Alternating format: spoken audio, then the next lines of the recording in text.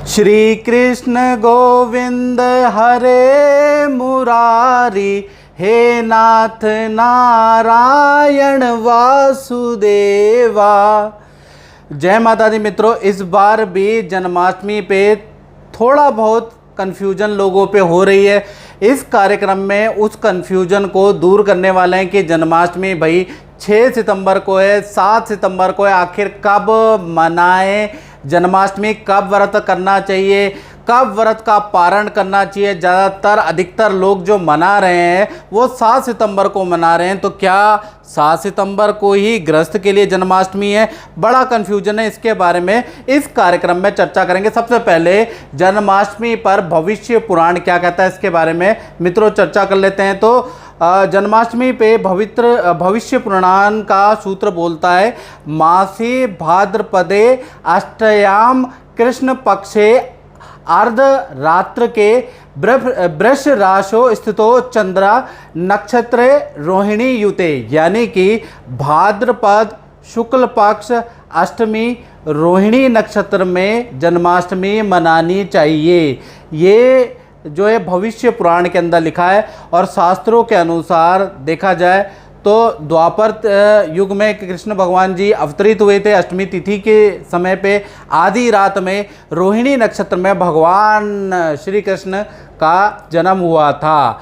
तो इस बार बड़ी कन्फ्यूजन है, रक्षाबंधन में भी कन्फ्यूजन थी और हमने प्रयास किया था कि उस कन्फ्यूजन को दूर करें। तो ये जो कन्फ्यूजन है हम दूर करने वाले हैं 5 पंचांगों को पढ़कर और आचार्यों विद्वानों से विचार विमर्श करने के बाद जो कन्फ्यूजन दूर होती है वही हम मास्टरो आज और अपने दर्शकों को बताना चाहते हैं। देखिएगा, इस बार अष्टमी के बारे में बात करें तो अष्टमी 6 सितंबर दोपहर को 3:37 से शुरू हो रही है और देखा जाए तो 7 सितंबर को शाम को 4:14 तक अष्टमी रहेगी। क्योंकि सुबह का ज़्यादा महत्व इसलिए नहीं है क्योंकि भगवान कृष्ण का जन्म रात्रि में हुआ, तो हमें ये रात्रि के पर्व मनाने हैं। शिवरात्रि कब मनती है? शिवरात्रि भी रात्रि में मनती, तो रात्रि के पर्व का इसमें महत्व है। तो कहीं ना कहीं 6 सितंबर को अष्टमी एक तो आ रही है, साथ ही साथ रोहिणी नक्षत्र भी आना चाहिए।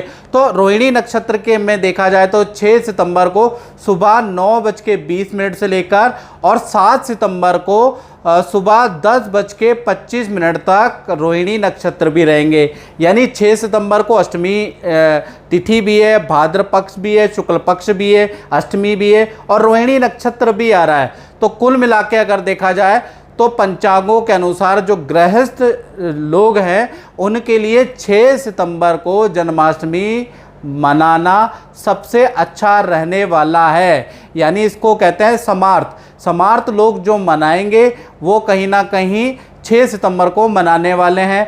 और जो वैष्णव लोग हैं वो 7 सितंबर के अंदर जन्माष्टमी मनाएंगे। अब समार्थ वैष्णव लोग कौन है जो 7 सितंबर को मनाएंगे? जो साधु सन्यासी हैं, जो बड़े इस्कॉन टेम्पल हैं या जो बड़े राधा कृष्ण के मंदिर हैं, वो 7 तारीख को मनाने वाले हैं। यानी 6 तारीख को अगर देखा जाए तो पर्सनल उत्थान के लिए, व्रत के लिए आपको 6 सितंबर को भगवान कृष्ण की जन्माष्टमी मनानी है, घर के साथ में मनानी है, हर्षोल्लास के साथ में मनानी है। और 7 तारीख को ज़्यादातर आप सुन भी रहे होंगे कि इस मंदिर में 7 को है, वहाँ फंक्शन 7 को है, साथ ही साथ वो गुरुदेव 7 को मना रहे हैं, वो सामूहिक है। यानी सामूहिक जो जन्माष्टमी है वो 7 तारीख को मनाई जाएगी और वैष्णव जो सन्यासी हैं वो भी 7 तारीख को मनाए जाएंगे। अधिकतर लोग इसका पैमाना इस्कॉन के अनुसार मनाते हैं, यानी इस्कॉन टेम्पल जब, क्योंकि लेकिन ये भी आधा सही है आधा गलत है।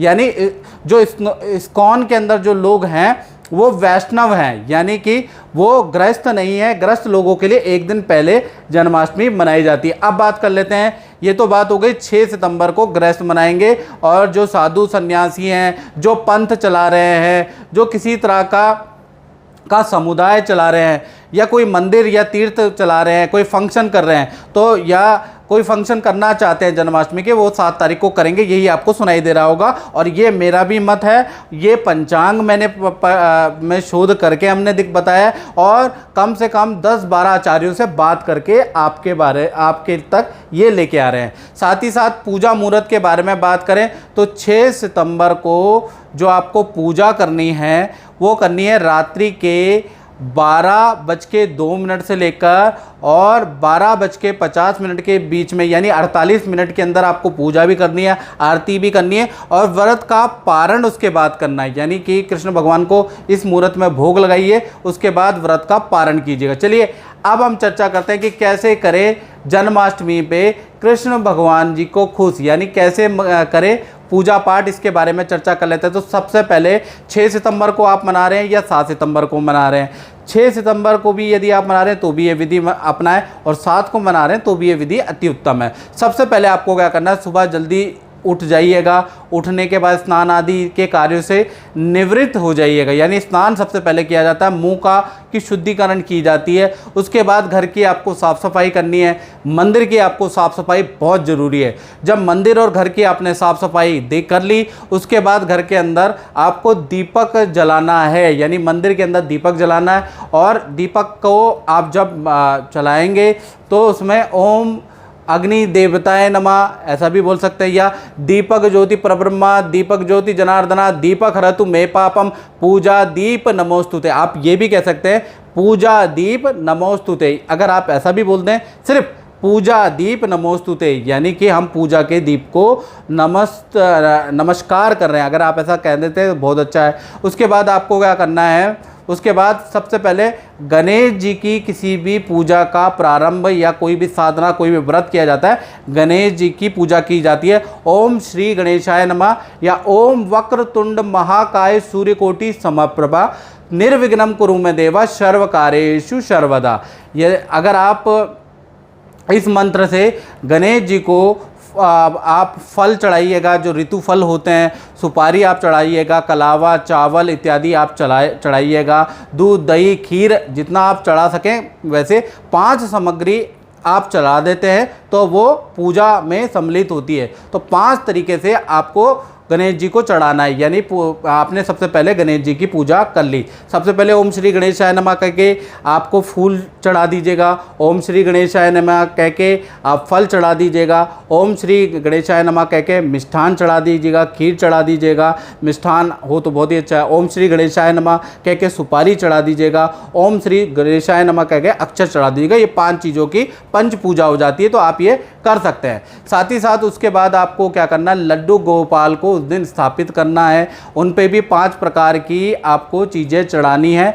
और आप ओम क्लीम कृष्णाय नमः ये मंत्र बोलते हुए उनके ऊपर आप वस्त्र चढ़ाइएगा, उनके ऊपर आपको क्या करना है, उनको तिलक लगाना है। दूसरी चीज़, तीसरी चीज़ आपको क्या करना है कि आप उनके ऊपर आपको केला या ऋतु फल आपको चढ़ाना है, भोग आप लगा लीजिएगा और आप अक्षत उनके ऊपर चढ़ा दीजिएगा। तो 5 प्रकार से आपने लड्डू गोपाल की भी पूजा कर ली। उसके बाद आपको क्या करना है, सुबह यानी 8 बजे से लेकर और 11 बजे के बीच में आपको उनका अभिषेक करना है। परात ले लीजिएगा, परात के अंदर आप लड्डू गोपाल जी को रखिएगा और उनका अभिषेक करना। और अभिषेक किस वस्तु से, किस उपलक्ष्य के लिए किया जाता है, इसके बारे में अब हम चर्चा करते हैं। तो आप अभिषेक करने से पहले एक मैं मंत्र बता रहा हूँ, 8 अक्षरी मंत्र है, ये आप जन्माष्टमी में प्रयोग जरूर करें। लिख लीजिएगा, ओम गोकुल नाथाय नमः, याद रखिएगा, ओम गोकुल नाथाय नमः। यह 8 अक्षरी मंत्र है, इसका आपको प्रयोग करना है। सबसे पहले अगर आप दूध से अभिषेक करते हैं तो आपको उसका महत्व पता होना चाहिए। दूध से अभिषेक करेंगे तो घर के अंदर जो क्लेश है, घर के अंदर बार त्यौहार में क्लेश रहता है, या बच्चे आपकी बात नहीं मानते, या छोटे मोटे घर के अंदर वाद विवाद रहते हैं, हर बार त्यौहार में क्लेश रहते हैं, तो आपको कान्हा का जो अभिषेक करना है वो दूध, प्योर दूध से ही, गाय के दूध से। अगर गाय का दूध ना मिले तो फिर आप क्या कर लीजिएगा, मदर डेयरी में भी गो दूध आता है वो ले लीजिएगा। वो लेकर उसके अंदर थोड़ा सा गंगा जल मिला के आपको मंत्र का जाप करना है। ओम गोकुल नाथाय नमः और अभिषेक करते रहना। ओम गोकुल नाथाय नमः, ओम गोकुल नाथाय नमः, ओम गोकुल नाथाय नमः, ओम गोकुल नाथाय नमः, ओम गोकुल नाथाय नमः। इस तरह से दूध से 10-15 मिनट अभिषेक, शांति में अभिषेक करना है। श्रद्धाया माप्यते शक्ति, यानी जब तक आपका अभिषेक में शांति और श्रद्धा उत्पन्न नहीं होगी किसी भी पूजा में, आपकी पूजा फलित नहीं होगी। चाहे आप 1.25 लाख जप करा लीजिए, आप चाहे भागवत करा लीजिए करोड़ों की, अगर आपके मन के अंदर श्रद्धा नहीं है और मन को शांति नहीं है तो कोई पूजा लगती नहीं है। इसलिए याद रखिएगा। इसलिए श्री कृष्ण भगवान तो ऐसे भगवान हैं जिन्होंने कहा कि मुझे बड़ी बड़ी पूजा अनुष्ठान की ज़रूरत नहीं, मैं तो मात्र एक चावल के दाने से भी खुश हो जाता हूँ। यानी कि अल्प भी पूजा करेंगे, श्रद्धा भक्ति से करेंगे तो भगवान प्रसन्न होने वाले, आपको अच्छा फल देने वाले हैं। दूसरी चीज़ है दही। दही, अगर आपको धन से संबंधित दिक्कत है, धन बचता नहीं है, धन से संबंधित चीज़ें हैं, धन की बचत नहीं हो पाती, धन की प्लानिंग नहीं हो पाती, पद प्रमोशन नहीं हो रहा, धन में वृद्धि नहीं हो रही, तो आपको क्या करना, दही लेनी है और दही के अंदर आपको थोड़ा सा गंगा जल मिला के उसको लिक्विड कर लीजिएगा और उसके बाद आपको कान्हा जी का दही से अभिषेक करना है। ओम गोकुल नाथाय नमः, ओम गोकुल नाथाय नमः, ओम गोकुल नाथाय नमः, ओम गोकुल नाथाय नमः। इस तरह से आपको अभिषेक करना है। 15, 20, 30, 40 मिनट जितना कर सके अति उत्तम रहेगा। उसके बाद आपको ये हो गया आपका। तीसरी चीज़ है शहद।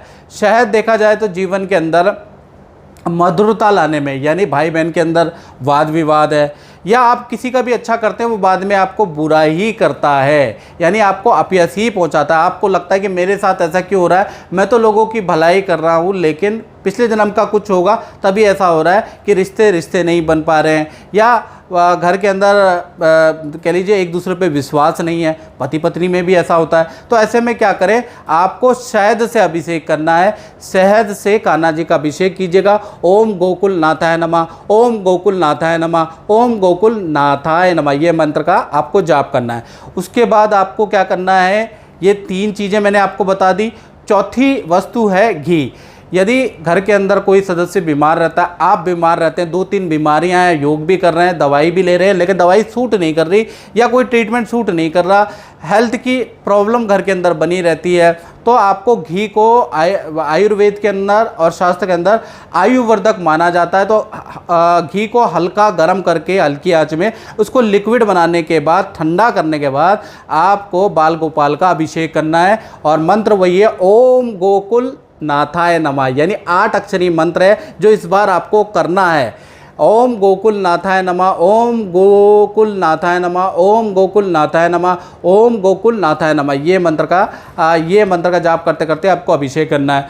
उसके बाद आप क्या कर सकते हैं, घी हो गया। उसके बाद आप अगली जो सामग्री है वो है मक्खन। यदि कार्य में बाधा आ रही है, सरकारी काम में आपकी फाइल आगे नहीं जा रही है या कोई बाधा आ रही है, तो उसको बाधा को, किसी भी प्रकार की बाधा को हरने के लिए आपको मक्खन लेके आना है। मक्खन को लिक्विड करना है और लिक्विड करने के बाद उसको जल में मिलाने के बाद फिर कान्हा जी का अभिषेक करना है, मक्खन से अभिषेक करना है। अगर आपको शुद्ध मक्खन मिल जाए तो अति उत्तम है, नहीं तो जैसा मिल रहा है देश काल परिस्थिति के अनुसार आप यूज़ कर सकते हैं। मंत्र वही 8 अक्षरी मंत्र, ओम गोकुल नाथाय नमः, ओम गोकुल नाथाय नमः, ओम गोकुल नाथाय नमः। 10-15 मिनट इससे अभिषेक कीजिएगा। उसके बाद यदि आपके घर में मलाई हो तो मलाई के लिए भी बाधा मुक्ति को, यदि मक्खन ना मिले और मन नहीं कर रहा कि मक्खन से करें तो आप मलाई का भी प्रयोग कर सकते हैं। मलाई का काम भी घर के अंदर बाधाओं को मुक्त करना होता है, तो मलाई से भी आपको अभिषेक कान्हा जी का आप कर सकते हैं। तो ये जो अभिषेक की मैंने जो आपको चीज़ें बताई है, जिस तरीके की आपकी समस्या है, तो आप कृपया करके उस तरीके की वस्तु को से भगवान गोपाल का आपको अभिषेक करना है, याद रखिएगा। अब अभिषेक करने के बाद आपको क्या करना है, उनको अच्छी तरह से साफ करना है, मंदिर में स्थापित करना है। उसके बाद कीर्तन भजन करना है। एक हाथ में आप कुछ पैसे रख लीजिएगा, संकल्प कीजिएगा कि आज मैं जन्माष्टमी का पूरा परिवार मेरा व्रत कर रहा है, ये इस तरह से संकल्प करके 11 रुपये, जो 51 रुपये या 101 रुपये करके कृष्ण भगवान जी को चढ़ा दीजिएगा। हर पूजा में संकल्प की महत्वता याद रखिएगा, बिना संकल्प के कोई पूजा लगती नहीं है, याद रखिएगा। इसलिए संकल्प जरूर करें। अगर आप कोई व्रत भी कर रहे हैं तो भी संकल्प करें, या छोटी छोटी पूजा या बड़ी से बड़ी पूजा कर रहे हैं तो संकल्प आपको एटलीस्ट घर में कर देना चाहिए। उसके बाद आपको क्या करना, पूरे दिन व्रती रखना है, कुछ घर के अंदर कलेश नहीं करना है, कलेश और क्रोध से बचना है। और खासकर मैं पुरुषों को कहूँगा कि घर के अंदर वो व्रत तो रखते हैं लेकिन स्त्री का सम्मान नहीं कर पाते, पत्नी से बहुत काम करवाने वाले हैं, तो मैं कहूँगा कि उस दिन पत्नी का हाथ भी बढ़ाए। यानी स्त्री भी एक नारी शक्ति है, जिसने आपको भी जन्म दिया है, उसी नारी को नमन करना चाहिए। और जिसने भगवान कृष्ण, भगवान राम, भगवान शिव को भी जन्म दिया, उस नारी को आपको सम्मान देना चाहिए। यदि आप, प्रकृति भी एक नारी है, अगर आप स्त्री का सम्मान करते हैं और हर व्रत त्यौहार में उसकी इज्जत करते हैं तो प्रकृति का भी एक आशीर्वाद आपको मिलेगा, ब्रह्म का भी आशीर्वाद मिलेगा। जो आपके भाग्य में चीज़ें नहीं है वो भाग्य में ऑटोमेटिकली आने लगेगी, प्रकृति में इतनी ताकत है। इसके बाद आपको शाम के समय क्या करना है, शाम के समय यानी रात्रि के समय पे, यानी रात के 12:02 पे से लेकर और 12:50, ये जो 48 मिनट का समय है, ये समय भगवान कृष्ण के का अवतरण दिवस है। यानी इस दिन ये धरा में आए थे। तो इस समय पे आप हंसिए, गूंजिए, घूमिए, डांस कीजिए। डांस जरूर कीजिएगा घर के अंदर, क्योंकि ये महोत्सव है।